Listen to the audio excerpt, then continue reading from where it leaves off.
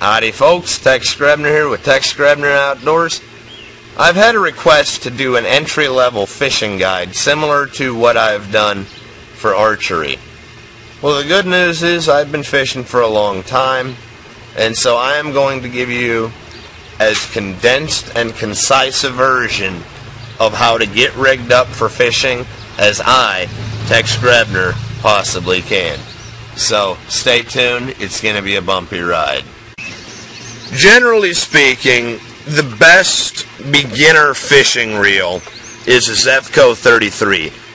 It's got a good drag on it that is clearly marked how you actually adjust the drag right up here.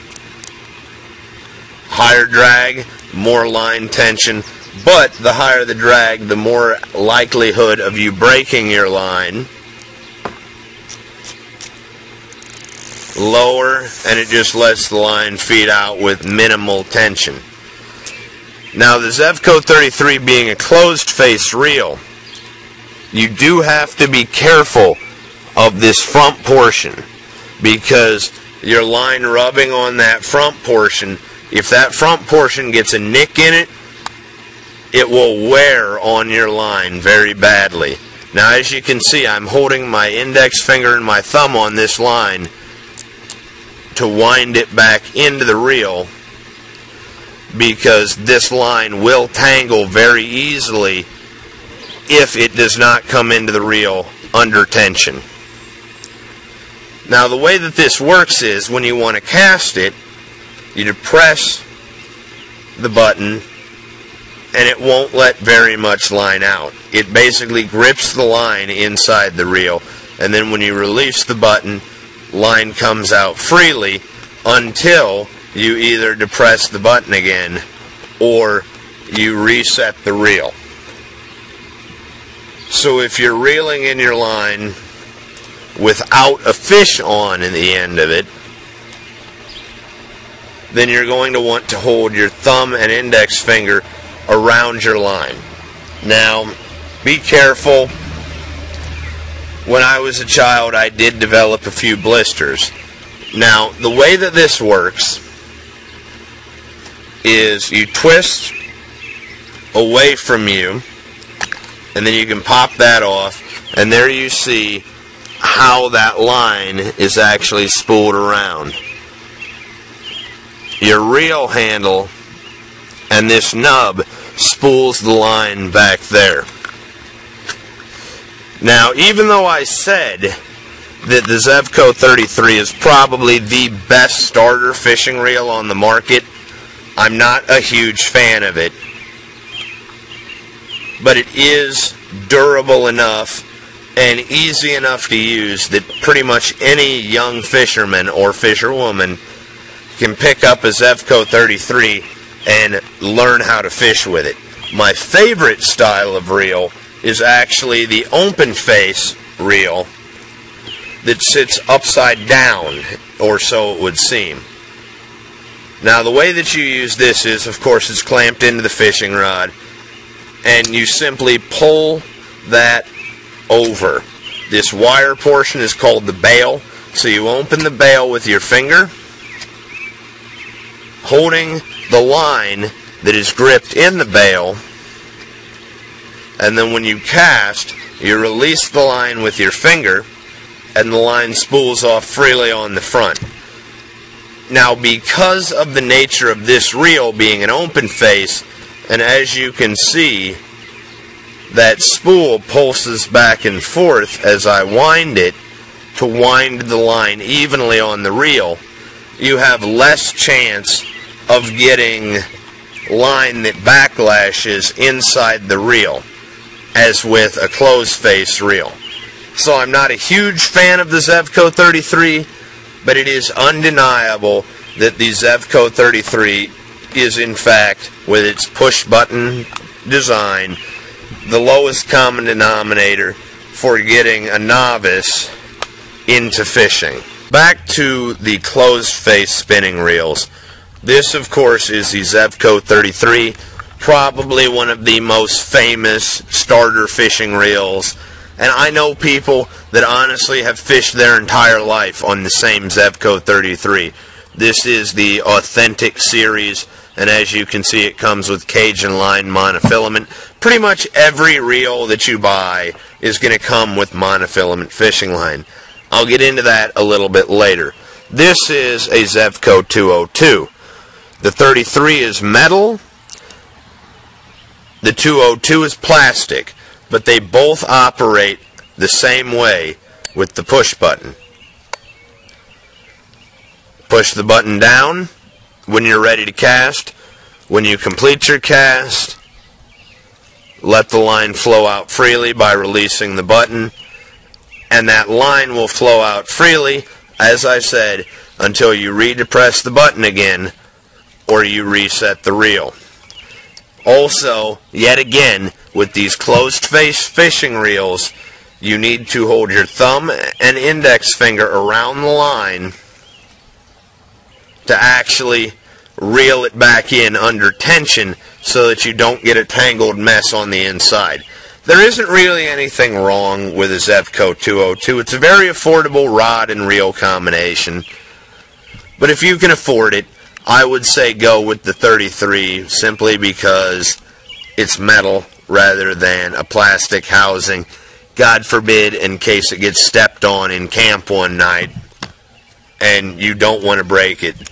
Now, again, my favorite type of reel is an open face spin caster, but there is absolutely nothing wrong with starting out on a Zevco 202 or a Zevco 33. Now, I mentioned the monofilament fishing line. The line that I have here, this is very heavy braided line. This is monofilament fishing line. One piece of line rather than actual braided line. Now, I honestly prefer to fish with braid. One of the downsides of braid is when you get into the small diameter braid, it will in fact cut you. And here you can see where I had been cut by some braided line earlier in the month. And so be careful if you're using braided line on a closed-faced spinning reel like a Zevco 202 or a 33, because you're going to need to be using the actual fingers of your hand. So I wouldn't go any less on one of these type reels than an 8-pound test of braid. Now, if you were a kid during the 1990s and you had the Nashville network, you would see the ad for Fireline on TNN Outdoors. I can't tell you how effective that is because braided Fireline is still honestly one of my favorites, because the commercial of the fire shooting down into the water toward the bait when the fish struck, you know, that was just wicked cool when I was a kid. But this is one of my favorite types of line. Of course, you have a line manual that, believe it or not, guess what, has the Palomar knot inside of it. And so, as I said, I love the open face spinning reel, but I dislike monofilament fishing line. The reason that I dislike mono is because it has stretch, but it stretches at the knot itself rather than braid, which stretches all the way along. Now here I'm just safely stripping this line off, and always, always, always properly dispose of your actual fishing line. Don't just throw it on the bank because critters get tangled up in it. And even though I am definitely far from an animal rights activist, I love animals, I just love to eat them more, I don't hunt for food, I hunt to consume, because a man cannot live by bread alone or beef alone. I hunt to consume, but do not throw your fishing line on the ground, because animals get tangled up in it, and it's just not a good thing. If you are an outdoorsman, you should be a conservationist as well, which means protecting the environment. So I'm going to be here for a while, and once I get all of this monofilament fishing line off of this particular spinning reel, I'm going to show you how I actually am going to put this braided line on. Now, the reason that I'm showing you this is because monofilament fishing line, because people were not good stewards of the land, is now mandated by law to be biodegradable. Now, the only way that you really biodegrade plastic is through sunlight. Braided line, such as this fire line, or even this heavy-duty 50-pound Catfish Magibraid, will degrade and dry rot. But the reason that I'm showing you this is, let's say you've got a grandfather or your father's old fishing rod out in the garage somewhere, or sitting out next to the garden shed, and you decide you want to go fishing. Odds are the line isn't going to be any damn good. So I'm just going to open my bail, and I'm doing this with this very large line so that you can see what I'm doing. And the same process holds true for relining one of these Zevco closed face reels, though with a closed face reel you would of course run it through the first guide of your rod and then run it through your reel, and then beyond that the rest is simple, because you would wrap it around, tie it off, and then put your lid back on and then crank your reel. However, I'm going to show you how to reline a spinning reel with an open face. So I've got this large line laced through the first eyelet, and 50-pound line is way too heavy for a reel of this size. But I'm just going to take and make a simple overhand knot, and then I'm going to make a simple slip knot. Snug that down. Now be careful. With this smaller braid, never ever wrap braided line around your hand. It will cut you, and it will cut you bad. I should not have done that. So now I'm just slipping this over my spool with the bail open, and I'm going to snug it down. Once I have it snugged down, I'm going to put a turn of line around it facing the opposite direction so that it gives that something to snug down over top of, close the bail, and now I'm ready to start cranking. What you can also do, in lieu of actually doing the double wrap, is putting a quick wrap of electrical tape, just one wrap, around this slick reel spool. That will go a long way to actually making your line wind well and keeping your line tight on the reel. Now, as I said, braided line does have stretch, and braided line is very strong. But braided line needs to go on the reel under tension. So, I'm just going to take my braided line, and I'm going to chuck my spool out in my yard, and I'm going to lace it through the first guide of my rod, and here we have it. Now you see why I was using the larger line. I'm just going to tie that simple overhand knot. Then I'm going to tie a slip knot, And I'm not going to wrap myself up in this smaller line at all because it will cut you badly. And then I'm carefully going to slide it over. And then I'm going to double it over the reel just like I showed you with the larger line. Now I'm going to close my bail. And now I'm going to start winding. But the safest way to do this is get a paper towel and wrap it around the line, making sure that the line is in the middle, and then wrap it between your fingers, again making sure that the line is in fact in the middle so that you won't be cut by this. But braided line must go on a reel under tension to avoid getting the line tangled up around the face of the reel. And so now I learned this trick from the Spanish fly. I'm just going to weave that between my fingers and hold my rod right like that, and I'm going to turn my spool. Now I'm going to need to get a little bit of line on there before it will actually get enough to where it will bite that reel.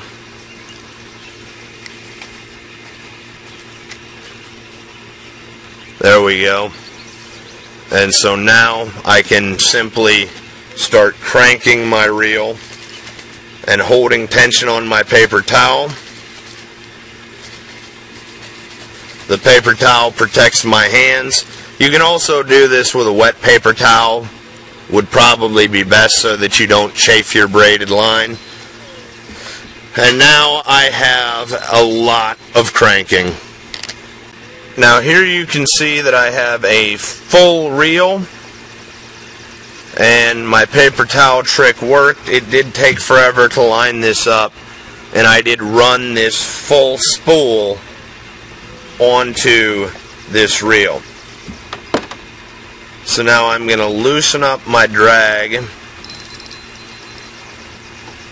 and I'm going to thread my line carefully through the other eyelets of my rod.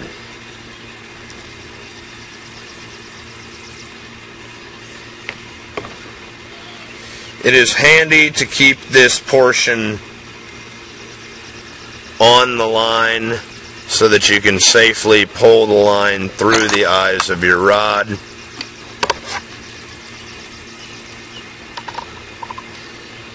But braid definitely has to go onto a rod with tension.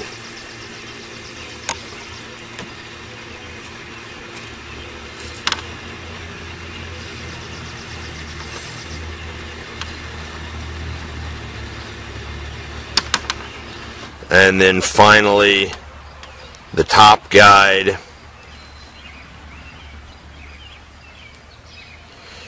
And this is, of course, 8-pound Berkeley fire line. And so now I have a completely restored spinning reel that has good quality braided line on it, because generally rods that you're going to find at either garage sales or in Grandpa's garage are going to have some form of degraded monofilament on it.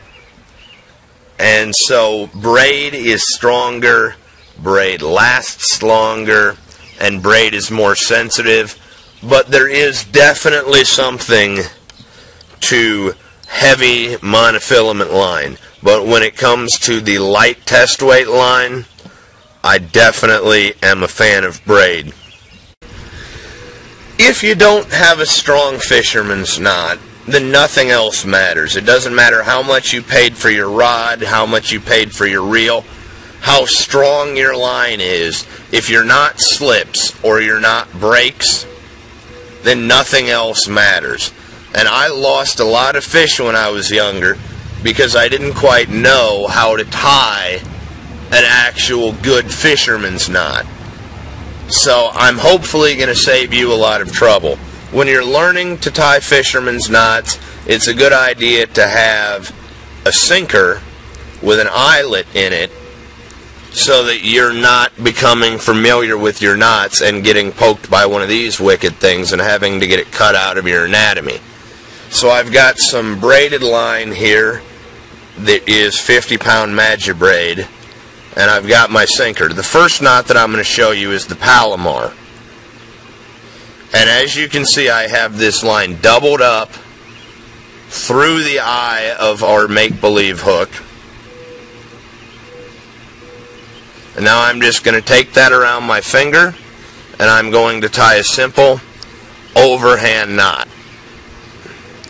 Now I'm going to get a little bit of slack, and we're going to slide it around our hook shank and up past the barb, and then bring it up here. As you can see, I've got my main line and my tag end outside, and now I'm just going to pull out a little bit of slack and snug that all down. And as you can see, I'm pulling on this sinker to snug that down, which is why I say when you're learning how to do these knots, it's important to practice on a sinker, because it's incredibly easy to slip and end up pricking yourself past the barb and having a hospital visit. And hospital visits suck. Believe it or not, I have honestly never gone past the barb on a fish hook, and I've never caught myself in a steel trap yet, amongst my other accidents. But what makes the Palomar knot so great is that it's very simple, and it is very strong, and it is a good knot for braided line. What makes it so strong is that you have 2 passes through the eye of the hook and 2 wraps. So your Palomar knot should actually be double the strength of your main line. Now, if this were a normal fish hook, what I like to do with braided line, just to ensure further that it can't pull out, is I will take my tag end here and I will actually tie another overhand knot close in, and then I will trim it right there. That way, if the knot does start to slip, it does have another knot in the way. Now, the next knot that I'm going to show you is what I call the double clench knot. And the double clench knot is a little bit more complicated than a Palomar, but trust me, it is very doable.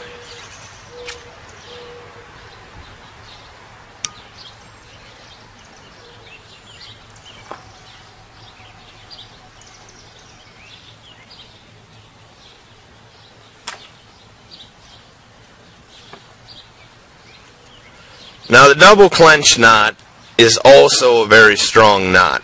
Again, I'm using Magibraid, and so I'm going to take my main line and run it through once, and then run it through a second time. So, as you can see, I have 2 passes through, and now I'm going to go around my main line once, twice, 3, 4, and 5. Now, you can see that I'm holding my thumb and finger on this to keep those loops open, and now I'm just going to take and run that end through those loops, through the one loop, back through the other loop,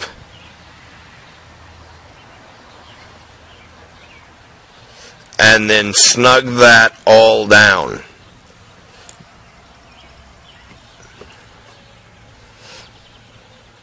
Now, what makes this knot very strong is that it has a protection around the main line by our wraps, and it cinches itself off.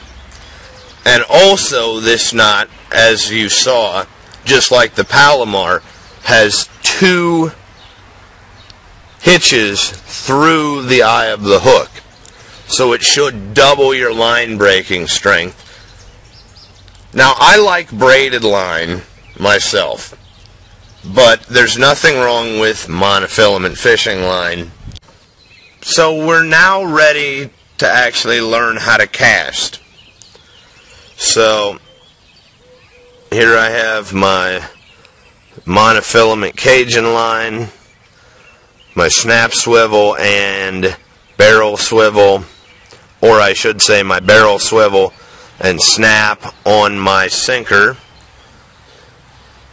And just to go over this again, I'm going to be using a double clench knot, especially because it's monofilament fishing line.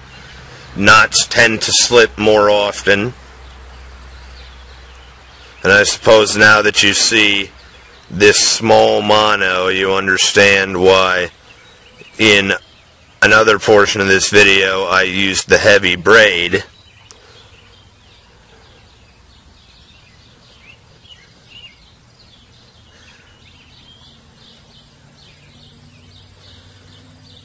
And so now just going to wet that line to reduce friction and snug it on down. And there we're tied on. And our Zevco 33 is safely ready to cast. In order to actually cast this, you need to push it in and hold. There you saw it dropped a little bit. Now when I take my finger off, or my thumb off the button, you will see that the weight will drop a little bit more. And then I catch it. And so I do not like the overhand cast. In my opinion, with a young angler or even an experienced angler in crowded circumstances, an overhand cast is dangerous, because if you actually let that button out and you catch yourself in the back of the head with a hook, you will definitely know about it, and it will ruin a day of fishing. Here I have my rod straight up and down. I have the button held in, and I have about 7 feet of line, and I'm just like the pendulum on a clock, moving this back and forth and then tossing it out there, leaving my thumb off of the button at the back swing when it goes to swing forward. Now I'm just going to pull that line on in, and as you can see, I'm keeping my thumb and index finger on that. The teardrop cast is honestly my favorite type of cast, because you can do it sidearm. It's much less dangerous than an overhand cast. And so a simple, 6 inches of line, or however much line till your bobber or your bait, and then just a simple teardrop motion.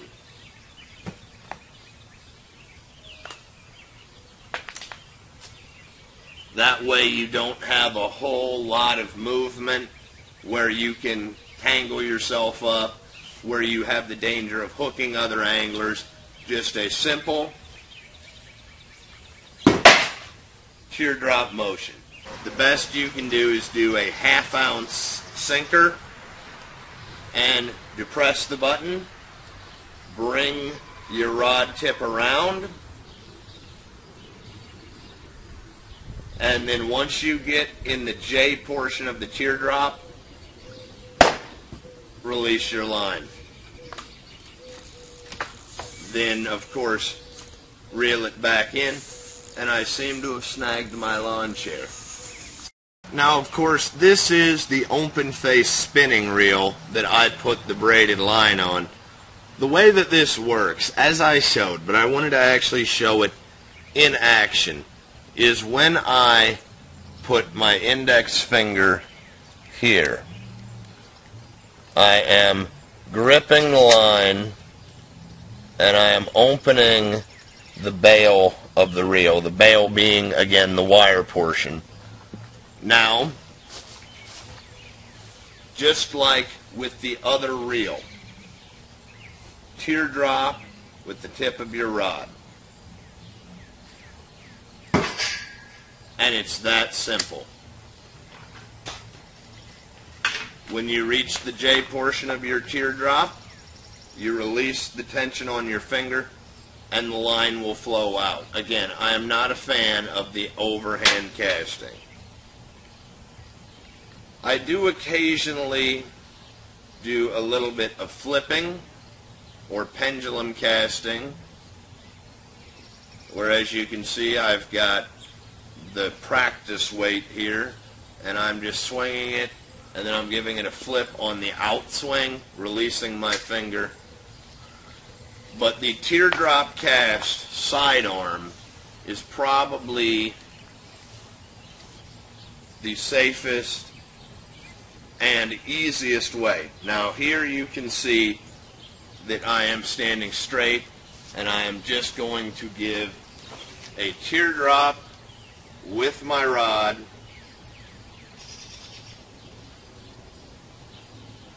and then I would release. Just so that you see it again. Teardrop with the rod and then I would release my index finger off of the line. You're letting the rod do most of the work. Then once I get it up, I'm just opening the reel. Sometimes you will have a reel with a trigger on it. Other times you will just have to take the line on your finger and then slide your reel open at the bail, teardrop, and cast. So let's say the water is where the camera is.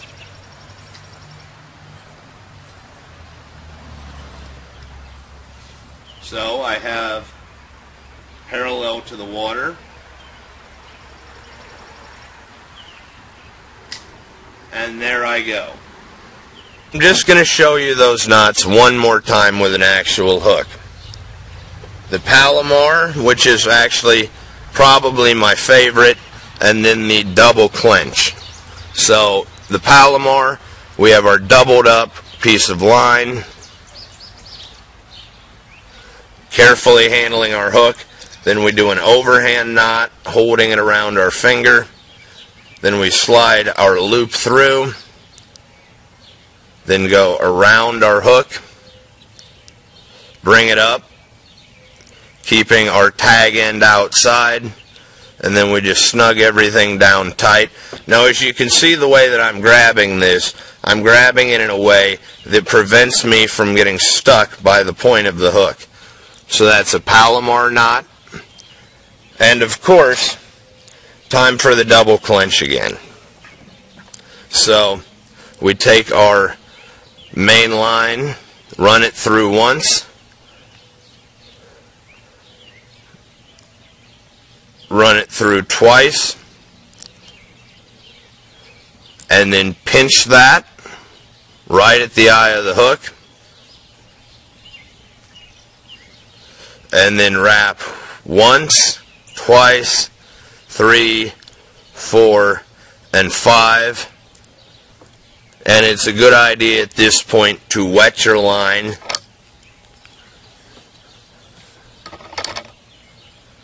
And then run it through. And then tuck it back the other way. And being very careful not to get hooked, you snug it all down. Now, of course, this heavy braided line isn't quite cooperating, but there you see that I have the protective cinch and I have the double through the actual eye of the hook. And so those are two excellent fisherman's knots, the Palomar and the double clench knot. I prefer to use a slip bobber if I'm bobber fishing. Simply put, a slip bobber slips over your line. And unlike a spring bobber, like what I grew up with, it will not chafe your line. So if you're fishing for crappie and a big channel cat over 5 pounds grabs a hold of your line, he's not going to snap it off right at the bobber when you go to set the hook, because kinking line is a big deal. So I prefer a slip bobber. Now, rigging a slip bobber is pretty easy. All you need is the slip bobber, of course, but you also need a bobber stop. Now you lace this tube right over,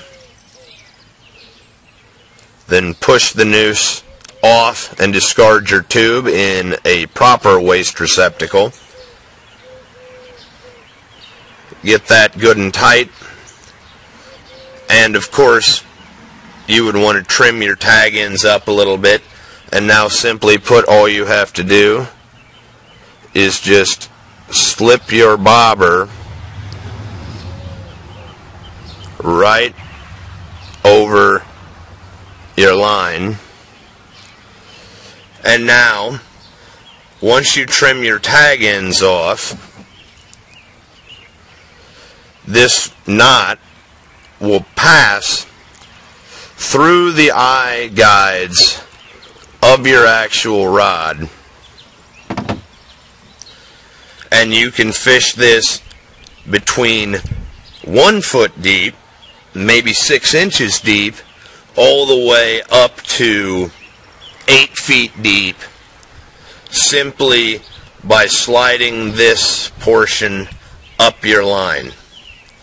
And then when the bait goes into the water, the bobber will, of course, stop at the bobber stop. So I showed you the slip bobber rig, and I showed you how to actually tie on a hook, but I did not show you the type of hook that I recommend for general fishing use. Now, this is a J-hook style. Plain shank, but you can use a bait holder style hook, and this is, I believe, a number 5. This is a small enough hook that it shouldn't kill your live bait too quickly, but it is strong enough of a hook that if you're crappie fishing and you're using minnows and a big old catfish grabs a hold of it, it should be able to withstand that catfish's fight. Big hooks catch big fish, little hooks catch all the fish. So we're going to go back to a circle hook for this, slide my bobber up, and I'm just going to tie a quick Palomar knot. You should remember that, we just covered it. Double it over,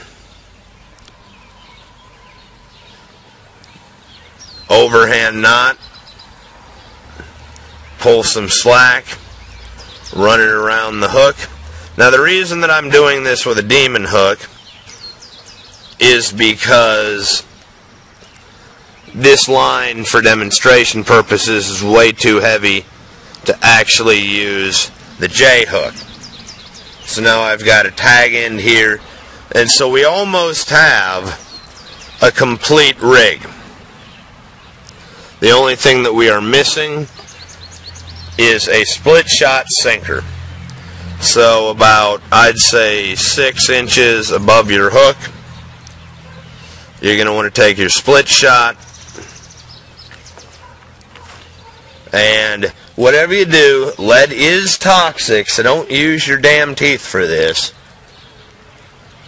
Get yourself a pliers and just gently crimp that down. Do not move your split shot or you will chafe your line. So now we have a completed setup. With the slip bobber, you can easily move to fish any depth between, a good 10 inches all the way out to, 8 feet. Now what I have here is, of course, the same slip bobber rig, rigged very close, and this heavy line just for demonstration purposes, and I have a number 5 J hook and just a simple clinch knot to hold it on, because with this size of hook and this size of line I couldn't tie a Palomar or a double clinch. But using minnows as bait, these are synthetic shiners. One, because they'll behave on camera, and two, so that I don't have to get fish hands right before I eat dinner. But how do you hook a minnow? Now, before I actually get into that, it is incredibly important that you check your local regulations on what minnows you can use for bait, or if you can even use minnows for bait at all, because minnows from a bait shop that end up in a water where they don't belong, that is how invasive species happens. Let's say you buy some minnows from a bait shop, and it's a 2-bit bait shop, and they're selling you snakehead spawn minnows.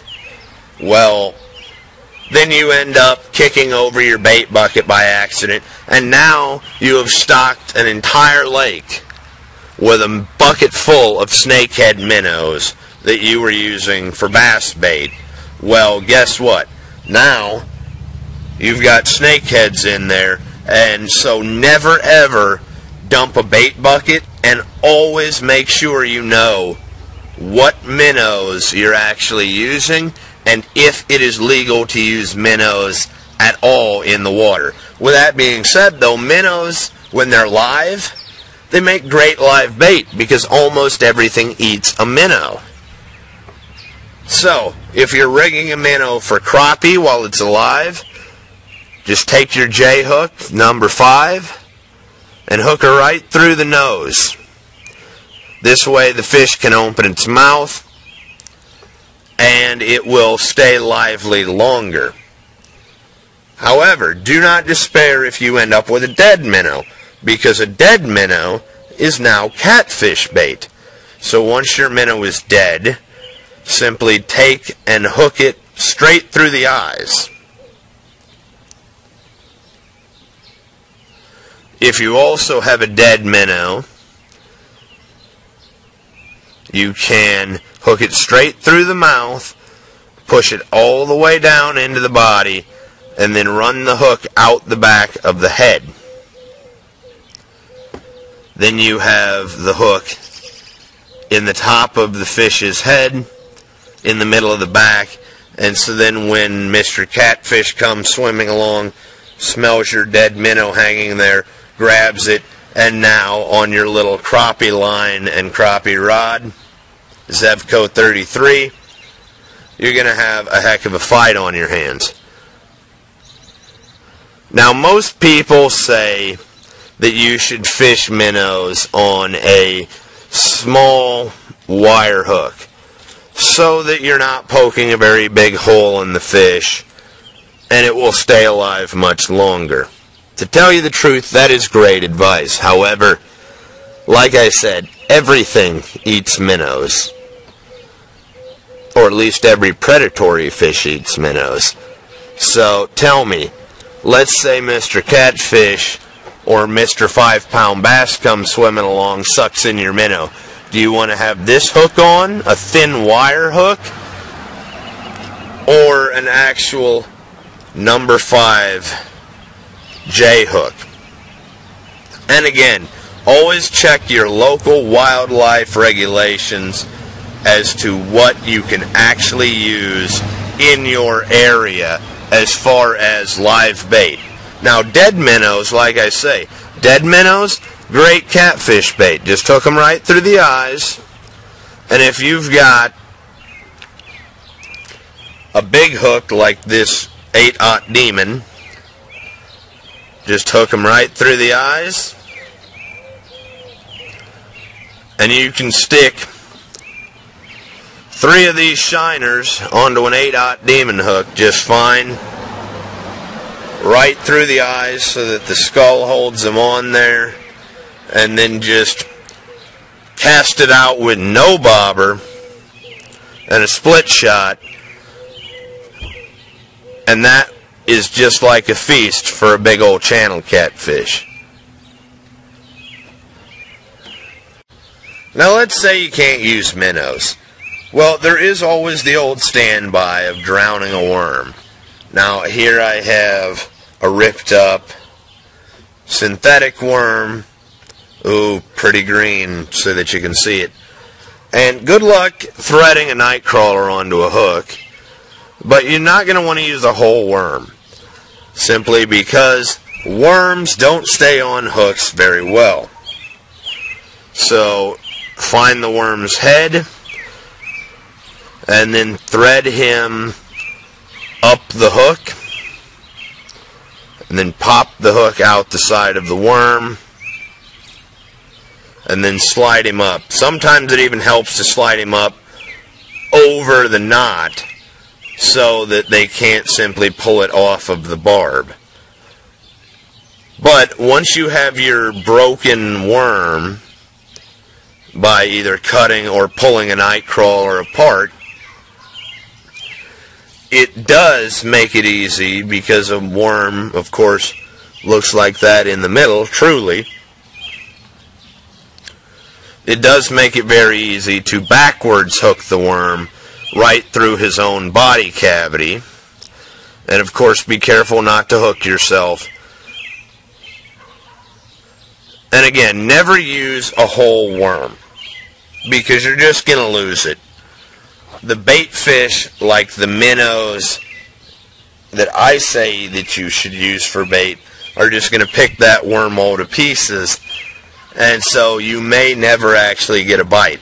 Also, the fish are going to be attracted to the smell of the worm, but quite honestly, worms drown. When was the last time that you actually saw a worm just swimming around? Leeches, that's a different story. But again, all you got to do is just break your night crawler up, or your red worm, or, well, if you're using a wax worm, the white ones, then you can just thread them on. But let's say this is a chunk of the night crawler. Just thread that on the hook like that. It will probably slide down near the barb just like that. Cast it out there, hurry up and wait. Finally, I've got my heavy line out, and this is a octopus hook. It's a small octopus hook. It's about a 5/0 octopus hook, and I'm going to show you a really simple and easy way to rig for catfish on the bottom. Just wet your line, double it up, and then thread it through the eye of your hook. And because this is braided line, I'm going to use a Palomar knot, which of course with monofilament you're going to want to use the double clench knot. And so simply put, I'm just going to double knot it and then slide it up and then slide it tight, being careful of my hook. And now I'm going to measure off about 12 inches of line, between 12 and 18 inches of line, and I'm just going to take one split shot sinker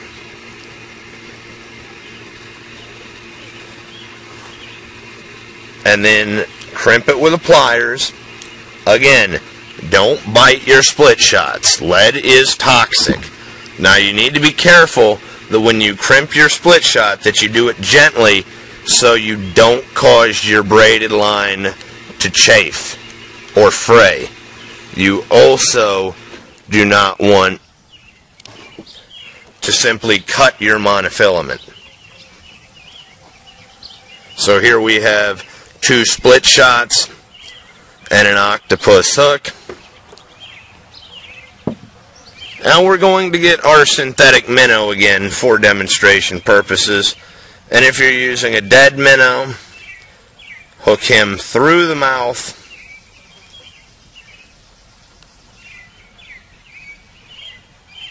all the way through the body to the back of the head, so that when the catfish eats it and goes away, the reason that circle hooks are very popular for catfish is when the catfish reaches the end of your line, it will actually set the hook on itself.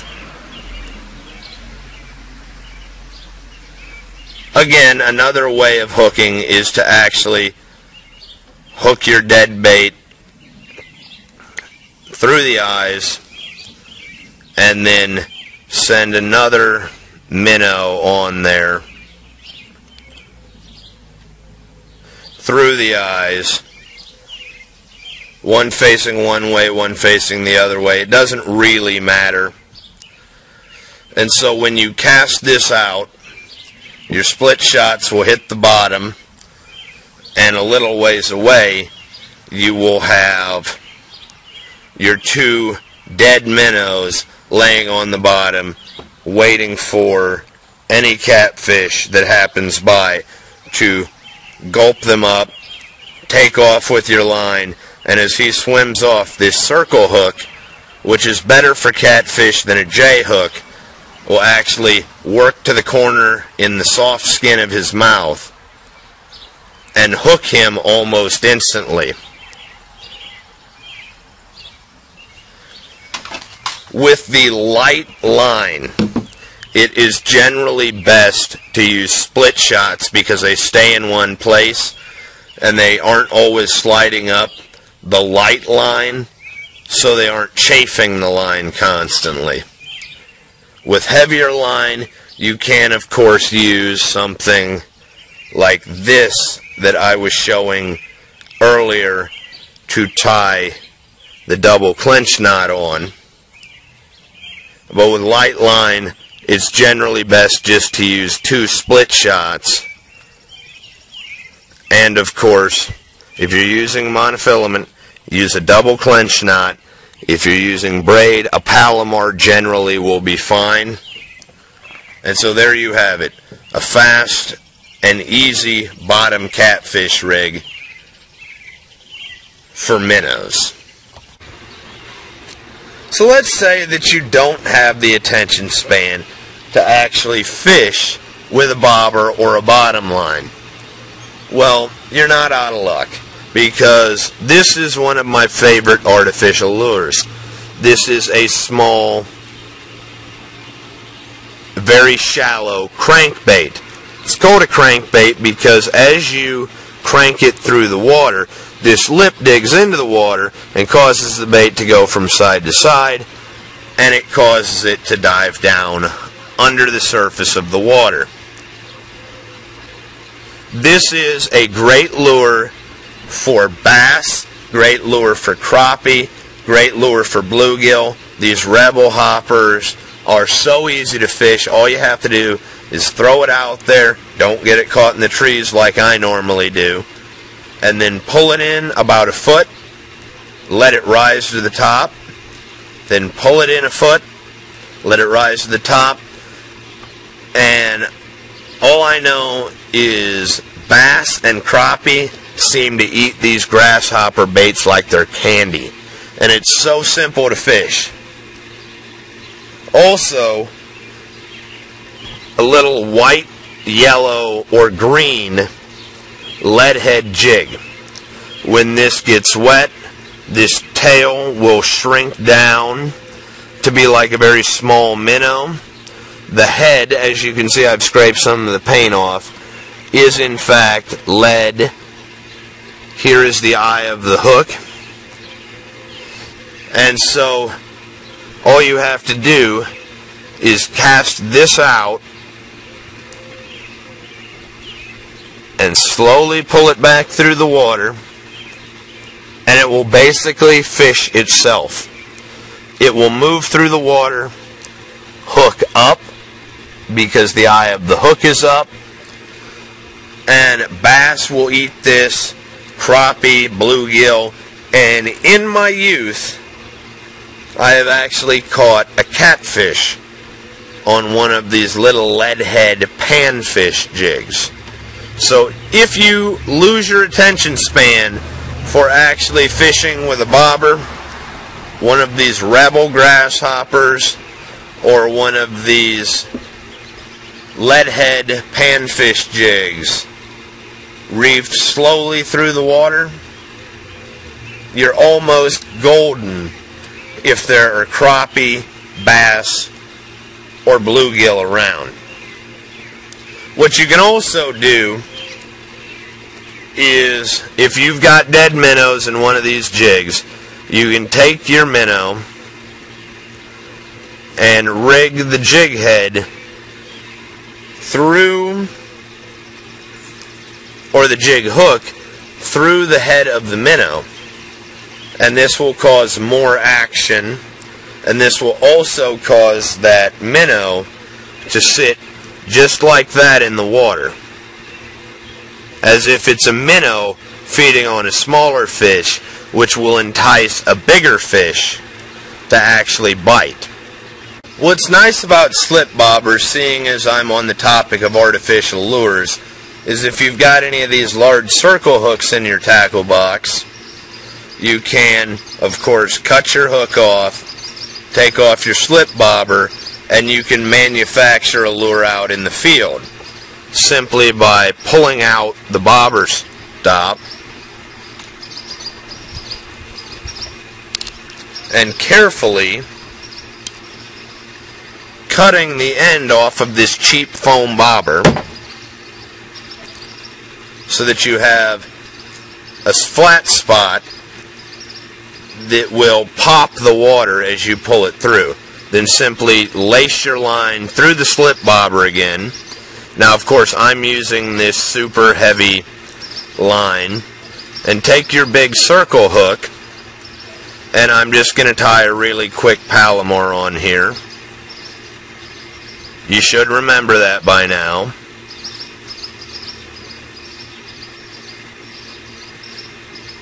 Double the line up, overhand knot, go back through, pull your slack out, and then run your hook carefully back through the loop, and then make sure your tag is at the top, and of course pull it tight. Now all you need to do is carefully slide this down onto that circle hook, and you have an excellent artificial lure that you just manufactured out in the field that you can throw and then retrieve through the water, and this lure is known as a popper. So if you're not having any luck with your minnows or your worms, and you have one of these cheap bobbers and a good sized circle hook or octopus hook, then all you need to do is slice your bobber almost in half and tie on your circle hook and carefully slide it down, and you now have created an artificial lure right out of a bobber. Generally, for catfish and panfish, panfish being crappie, bream, also known as a sunfish, and bluegill, and even bass in some cases, you don't need a huge tackle box like what our grandfathers or our fathers had. You can get by on a small plano like this, where I have space for and a side for my catfish setup, and a side for my grasshopper and crappie jig, my bobbers, a few bass hooks, a few of these number 5 J hooks, and of course I do have these thin wire hooks in here and a few small bait holders. But organization in a tackle box especially with all these sharp points in it, is incredibly important, not only to make sure that you have fun, but for safety. This is just a $3 Plano tackle box, good and secure, and holds a panfish setup and a catfish setup, or fishing for panfish for bait to use with a catfish setup with cut bait. So what do you do when you actually get a fish on the line? Now this is a sunfish, and I am going to show you how to safely unhook a sunfish. Pay close attention to the spines that are up. To avoid the spines, grab the hook or grab the line and slide your hand down the spines from the head of the fish to the tail. That will fold down the spine so that you can safely twist the hook out of the mouth. Unhooking a bass safely and unhooking a crappie safely are pretty much alike. They both have large enough mouths and no teeth that will puncture your skin, so you can just grab them by the lower lip and safely twist your hook out. However, always check the mouth of a fish before you go sticking your thumb inside, especially if you do not know the species of the fish. In order to safely grab a catfish without getting horned by the poison spines, you can see how I'm gripping this fish to unhook. Do not stick your hand in a catfish's mouth. It will be like a vice grip on your fingers. Now, if you do get horned by a catfish, the slime of its skin is like an anti-venom.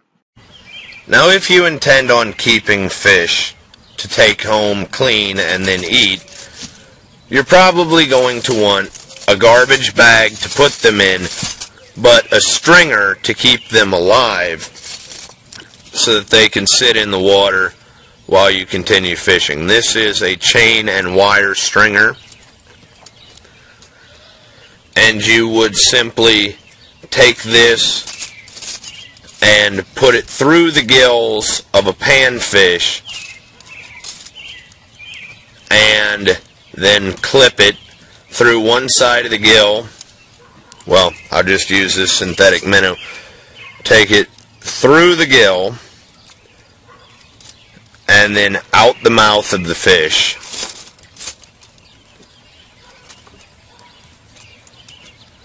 So that you are as little invasive as possible, because live food does not spoil. So you want to keep the fish alive. Now with a catfish, on the other hand, putting them on a wire stringer, your best bet is actually going to be poking a hole in the side of the fish's mouth and then running it out through that hole and then clamping the actual stringer into place. But with a panfish, you can just put it through one side of the gill and then out through the mouth. You can also generally do that with bass, or you might need to poke a hole in the side of the mouth with a knife and then slide it through and latch it. This, of course, has a long end on the chain where you can clip this to the leg of your chair, to a dock rail, just like that. And of course, you're going to want to take your fish on the stringer and put them into a garbage bag so that you do not get that in the upholstery of your vehicle. Over the course of this video, I've shown you a lot of information. So feel free to come back and refer to this video as you get kitted up for fishing. Trust me, it'll be here. But over the course of this video, I've shown you what rod is best and what reel is best for getting started into fishing, what lines I prefer, changing out lines on a reel, what knots work best with each type of line, how to tie knots onto the hook, no less, how to rig a minnow, how to rig a worm, how to cast, and all the way up to how to actually take a fish off of your line safely, and finally a stringer in case you want to take it home. Now generally I practice a lot of catch and release, so that's why I'm not including actually how to clean a fish in this video itself. But I hope that you enjoyed watching, and I very much hope that this video is helpful to you on your journey as an angler. As always, God bless all my sportsmen of America. Join the NRA to protect our rights. Please check out my friends over at legallyconcealed.org. Thank you very much to those of you involved in law enforcement and those of you served in the military. And thanks for watching Tex Grebner Outdoors.